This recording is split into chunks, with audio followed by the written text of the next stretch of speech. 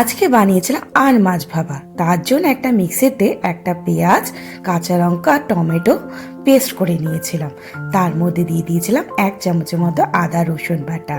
এরপর দিয়ে দিলাম লবণ স্বাদ মতো, হলুদ আর ঝাল হিসাবে শুকনো লঙ্কা গুঁড়ো। এরপরে এর মধ্যে দিয়ে দিলাম ধনে পাতার পেস্ট। ধনে পাতার পেস্ট দেওয়ার পর এর মধ্যে 1 বাটি করে ফ্যাটানো টক দই দিয়ে দিয়েছি। এরপর মিশ্রণটা ভালো করে মিক্স করে নিয়েছি। এরপর একটি পাত্রে আর মাছগুলো আগে থেকে নুন হলুদ দিয়ে মাখিয়ে নিয়েছি। এরপর মিশ্রণটা দিয়ে ভালো করে এটাকে মেখে রাখতে হবে।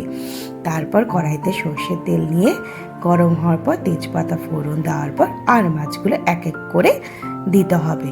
পুরো রান্নাটাই কিন্তু গ্যাসের আঁচ সিম করে দিতে হবে আর ঢেকে 15 থেকে 20 মিনিটের মতো রান্না করার পর আমার কিন্তু একদম রেডি আর মাছ ভাপা।